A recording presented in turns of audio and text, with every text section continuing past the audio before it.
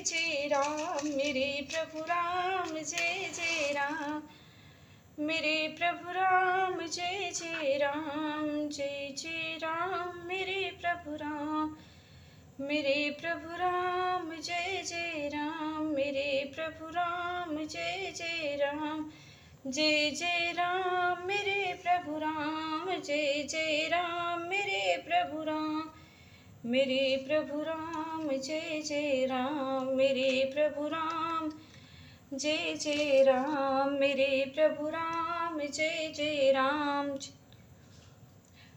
जय जय श्री राम, सीताराम सीताराम। हरे कृष्णा। कैसे आप सभी लोग? उम्मीद रखते हैं कि आप सभी लोग सदैव स्वस्थ, मस्त और अच्छे होंगे। जय श्री कृष्णा। आज मैं कथा सुनाने वाली हूँ चंद्र भगवान की। बहुत लोग सुने भी होंगे और बहुत लोग श्रवण किए होंगे, बहुत लोग जानते भी होंगे, और जो नहीं जानते हो जान लीजिए। इस कथा से एक चीज़ हमें सीखने को मिलता है कि अगर हम किसी जिम्मेदारी को, कई जिम्मेदारी को एक साथ ले रहे हैं तो ऐसे टेढ़ा नहीं होना चाहिए, बराबर निभा पाए और उतनी ही ले जिम्मेदारियां और जितना निर्वाह कर पाए, निभा पाए। ऐसे चंद्रदेव की 27 पत्नियां थी और वह 27 जो पुत्री थी वह राजा दक्ष की थी। राजा दक्ष पता है, जो काशी के राजा भी थे और बड़े क्रोधित भी रहते थे। राजा दक्ष की 27 बेटियों का विवाह चंद्र भगवान से हुआ था, पर उसमें से सबसे जो प्रिय थी वह रोहिणी चंद्रदेव को बड़ी प्रिय थी और वो 27 तारा के समान चमकने वाली थी। पर जो प्रिय है तो प्रिय है, और चंद्रदेव का ज़्यादा झुकाव रोहिणी की तरफ ज़्यादा रहता था।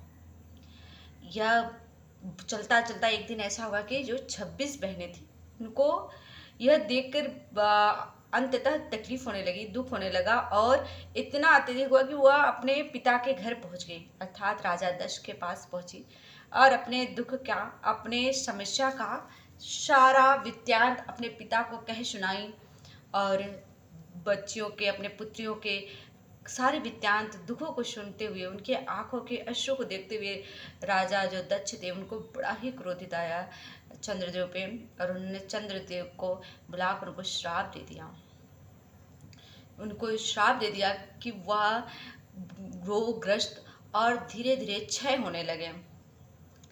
अब वह अपनी इस बीमारी से अब उनकी चमक जो है धुंधली होने लगी, जिससे वह बहुत पीड़ित में आ गए और बड़े दुख में आ गए। उनकी पीड़ा असहनीय होने लगी।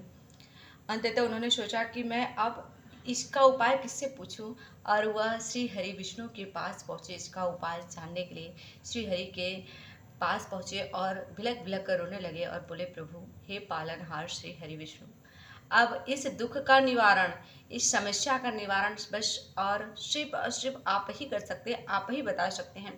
कृपा करके मेरे इस कष्ट का, इस दुख का निवारण कीजिए। मेरा ये जो कष्ट है मुझसे सहा नहीं जा रहा है और ऐसा लग रहा है कि इस कष्ट की वजह से पल पल मैं अपने प्राणों का अंतिम क्षण देख रहा हूँ।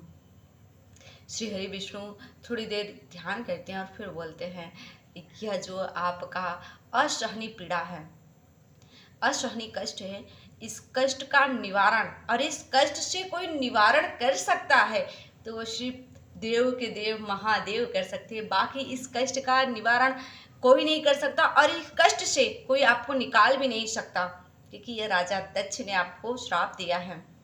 और कहीं ना कहीं उन्होंने उचित किया, क्योंकि आप अनुचित कर रहे थे। आपने विवाह जब 27 पत्नियों को लाए हैं तो एक के प्रति प्रेम, बाकी के प्रति कोई भाव नहीं, तो कहीं ना कहीं आप सबके साथ अन्याय किया। इसलिए इसका न्याय अगर कोई कर सकता है तो हमारे भोले भंडारी, हमारे आराध्य, हमारे महादेव करेंगे। अंततः श्री हरि विष्णु और चंद्रदेव कैलाश पहुंच जाते हैं, और कैलाश पहुंचते ही चंद्रदेव तुरंत महादेव के चरणों में खुद को समर्पित करके और रोने लगते हैं। कहते हैं, प्रभु अब मुझे बचा लीजिए, वरना मेरा अंत हो जाएगा, और मेरा अंत होना मतलब प्राकृतिक पे बहुत बड़ी आपदा आ जाएगी, और मुझसे एक कष्ट बिल्कुल सहा नहीं जा रहा है, क्योंकि जो शरीर में पीड़ा हो रही है और मेरी चमक धुंधली होती जा रही है और क्षय की तरह मैं घटता जा रहा हूँ।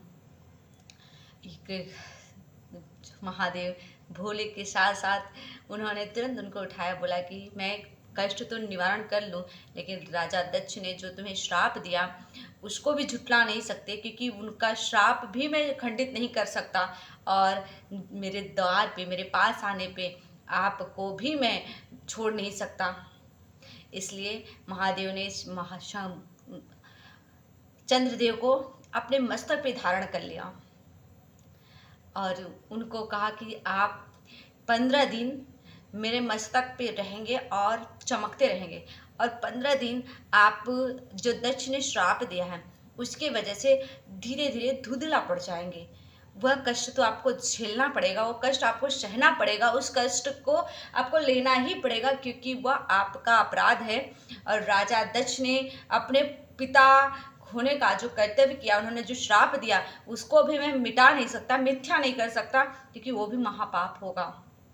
इस वजह से 15 दिन आप इस कष्ट को भोगेंगे, 15 दिन आपका चमक, आपका जो दर्द है वह 15 दिन धीरे धीरे बढ़ता जाएगा, पर 15 दिन आप अपने चमक के साथ, अपने उजाले के साथ, अपनी अद्भुत प्रकाश के साथ पूरे संसार में जगमग करेंगे। इस प्रकार चंद्रदेव हमारे महादेव के मस्तक पे सदा सदा के लिए विराजमान हो गए। इसलिए हम दो पक्ष देखते हैं, कृष्ण पक्ष और शुक्ल पक्ष, अंधेरिया पाक और अजोरिया पाक होता है ना। तो अंधेरा पाक इसी वजह से होने लगा कि चंद्रदेव का वह दुख का और उनके कष्टों का समय चलता है।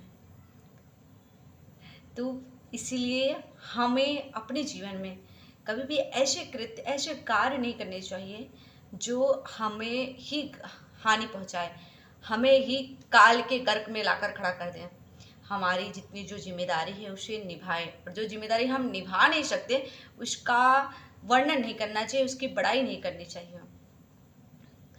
तो हरि कृपा हो, और हमारी सूझबूझ, हमारी अच्छे बुरे का सबसे ज़्यादा ध्यान हमारे ईश्वर ही रखते हैं, तो इसलिए हर कार्य, हर चीज़ उन पर समर्पित करके ही रखें।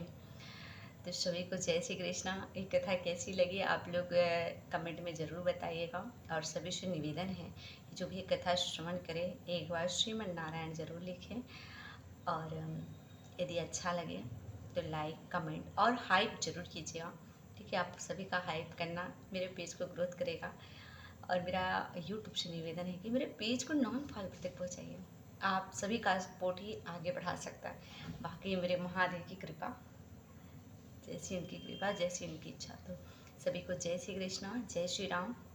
आप लोग सदैव आनंद में रहें और आनंद सदा बरसता रहे।